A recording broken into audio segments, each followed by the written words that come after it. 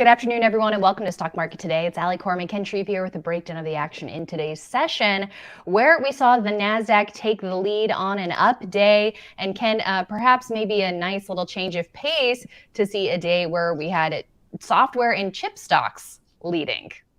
Yes, indeed. Down 4 sessions in a row, and we cracked that losing streak today. So yeah, with chip stocks outperforming today, I think it makes sense to take a look at Lattice Semiconductor, ticker LSCC. Also take a look at home builder Lennar, which reports earnings next week. Ticker there is LEN, and finally Agilent, a Hewlett-Packard spinoff way back in 1999, setting up in a good setup here. Okay, those stocks coming up, but first let's take a look at the major indexes, kicking off with the Nasdaq, which led today up 1.1%, followed by the S&P 500, which had a gain of 0.3% today. Also, the Dow up just shy of 0.6%. Small caps lagging here today, with the Russell 2000 up 0.4%. So like you said, we had this 4-day losing streak. The Nasdaq kind of looking on the bubble, coming down to its 50-day line, undercutting its lows from November, testing its late October highs, and we did get a bit of a bounce. Of course, we're not out of the woods here, but this is definitely a level where we wanted to see the Nasdaq hold. Yeah, definitely, and you can see in recent weeks, just looking at the daily chart here, the 50-day line has been a support level. So we didn't necessarily get a bounce with conviction off of the 50-day line today. We're kind of in this period of time where volume is light, but it looks like Nasdaq volume is going to come in pretty close to what we saw on Wednesday, which was below average. But yeah, good to see the Nasdaq find support here. Maybe looking a little oversold after 4 straight declines, but like you said, market's not out of the woods yet. We'll take today's gain and pretty positive action in stocks, but still definitely a challenged market here. And so now it looks like the Nasdaq is right around that 21-day line. Hopefully it can get back above that level. Let's also see how the S&P 500 fared today from a technical perspective. It's right around that 21-day line itself after losing support at that level the last 2 sessions. Still has yet to get back above that round number at 4,000, which seems like an area that we are looking at on the upside. And on the downside, it does seem like the low from a couple days ago, right above 3,900, seems to be an area where we get a lot of touches from both a support and resistance standpoint from the majority of the year. So seems like a pretty narrow range of support and resistance levels that are taking shape here. Yeah, and this was a 5-session losing streak that the S&P 500 broke today. So, it too, obviously that 200-day line is a resistance level to watch. It got turned away there recently, and still a lot of worries out there among Wall Street investors about the state of corporate earnings, and if there is going to be a slowdown next year, how is that going to affect corporate earnings? And we've got that Fed meeting next week where we're going to get another interest rate hike. But was talking to Dave Chung just a little while ago that the odds for a 50 basis point hike are even more pronounced, up around 80%. So 50 basis points in December, and then maybe another 25 or 50 in February. And that could be it for a little while. So, market is still trying to climb this wall of worry, but, we were able to end losing streaks today, so we'll take it. Yeah, exactly. And I know we like drawing lots of lines in the sand, Ken. And with David Ryan, we were drawing a line across the lows. Perhaps this rate of ascent is, I don't know, maybe too steep to ask to see this rally continue, and still below that level as well. So I don't know, a lot of areas converging. It'll be interesting to see if we do break one way or another, or if we continue to see some chop and slop. And a lot of that does perhaps hinge on not only the rate hike expectations, but other economic data that comes out. So speaking of interest rates, let's just take a quick look at the 10-year yield, which we had an update in the market amid rising yields.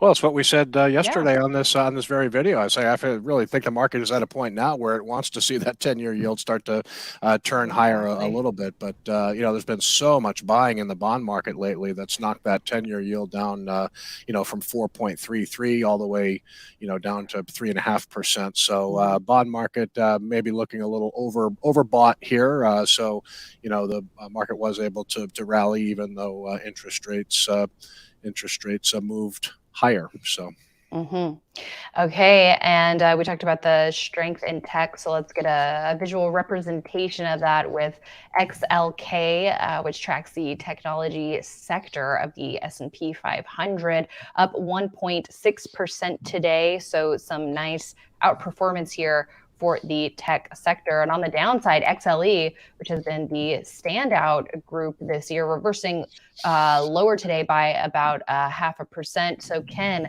could we finally be seeing or be on the verge of seeing more of a significant rotation into technology and out of those leading commodity and energy related areas that have been so strong this year? I mean, probably too early to say. I mean, because when you look at the XLK chart here, this looks challenged, just like the major stock indexes at this point. So it's consolidating near its 21-day line, but you can still see that downward sloping 200-day moving average. So this ETF is filled with a lot of your real large cap, mega cap tech names that have been knocked down mercilessly in recent months. So this one is technically challenged, but it was one of the best performing S&P 500 sectors today as the S&P rallied. So if you're thinking about maybe getting some tech exposure by looking at something like XLK,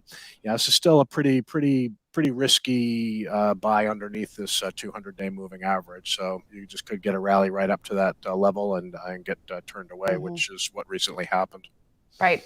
Well, let's take a look at some stocks of interest to watch, including Agilent Technologies, a medical research stock with a strong gain today, also outperforming the market of 1.7%. Volume was light, but we have seen two recent sessions with some pretty strong volume to the upside.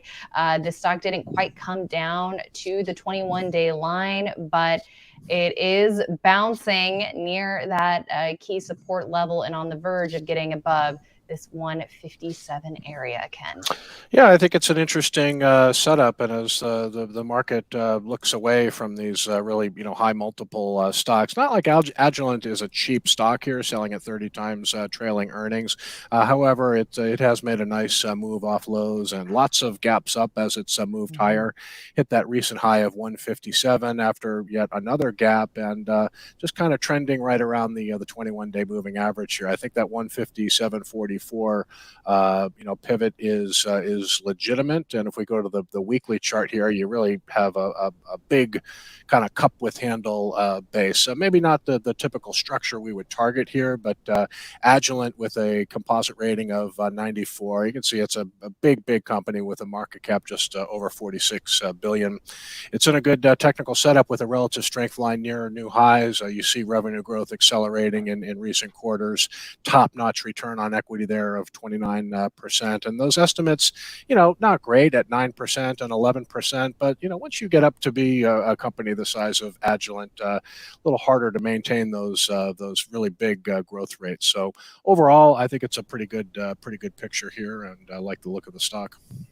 All right, moving on, let's take a look at Lennar, the home builder. Starting to see home builders perking up here A lot of volume coming into this stock in November here, with it getting right up to that 90 level. Couple of touches of that round number in recent days as well, ahead of earnings next week.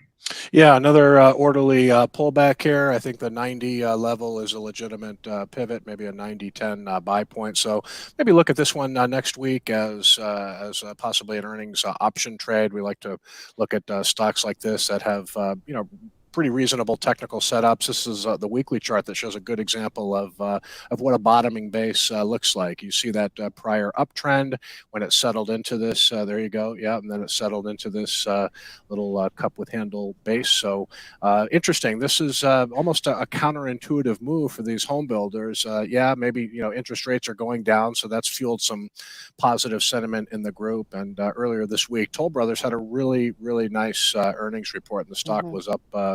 Stock was up sharply, but these stocks, these home builders are making case for a bottom despite what could be a challenging economy in 2023. This lower, what looks to be possibly a lower interest rate environment, and maybe not as aggressive a Fed in terms of raising rates. The home builders making a pretty good case for a bottom here.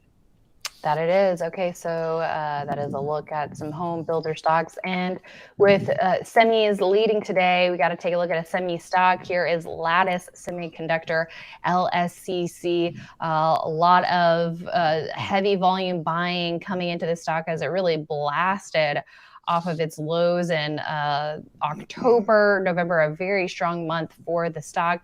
It's now paused long enough for a little handle here, and arguably today, a bit of an early entry as it sets up for a breakout. Ken, volume a little bit light, but it has picked up versus the recent days, or at least the day before. Maybe I'm just trying to, find any excuse to get into this. I don't own any shares, but, trying to find all the positives. We've got that RS line blue dot. Volume may be lacking a little bit, but a lot of buying demand coming into this stock in the last couple of months. Yeah, no, definitely. It's a really solid performer. One of the better chip designers out there. But we get asked this on IBD Live a lot, and I think just recently asked this week. What happens if you see a stock and you get a little shakeout and a handle form on the daily chart, but you go to the weekly and all you see are up weeks. So while the daily chart looks interesting here, that does look like a legitimate buy point of 73.63. I look at the weekly chart and I see 7 up weeks and maybe another up week taking shape today. So to me, I'm going to continue to watch the stock. Ideally, I want to see a down week on the weekly chart, just see a little more of a shakeout, because after 7 up weeks, it probably could digest its gains a little bit and maybe get a better entry. So, but anytime a stock is up so many weeks in a row with the volume that you see on the weekly chart here, the stock should be watched. And we've been kind of featuring stocks that should be on your watch list, and I would put LSCC on there as well.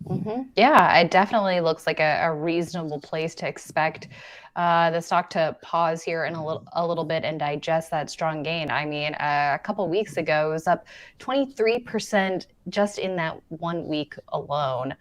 So if any buy was made today, that would definitely be, I think, for aggressive traders, because again, this was a stock that didn't even come down to touching its 21-day. That's something that we really like to see, even for more aggressive buys. But Ken, I mean, in this current environment, it seems prudent to not be making those aggressive buys, at least all too frequently or in big size.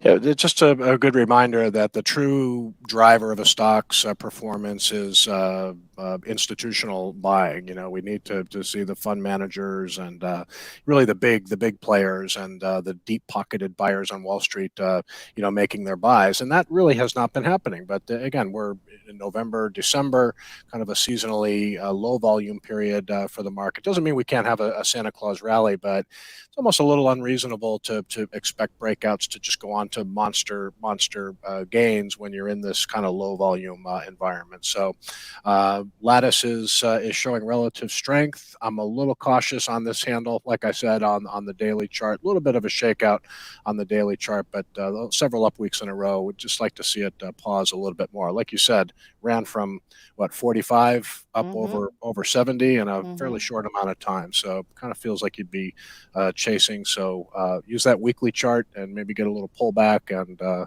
more palatable entry. Sounds like a plan. Thank you so much, Ken, and thanks everyone for tuning in. Coming up tomorrow morning on IBD Live, we hope you join us for our special guest, Dan Fitzpatrick, founder of StockMarketMentor.com. Always love hearing his insights on the market and stocks he's watching, how he's analyzing stock charts. So some lessons to be shared there. Looking forward to that. So check it out tomorrow morning, starting 10 minutes before the opening bell, investors.com/IBD Live for the details. We'll see you there, and we'll also see you back here tomorrow at the close to wrap up the week.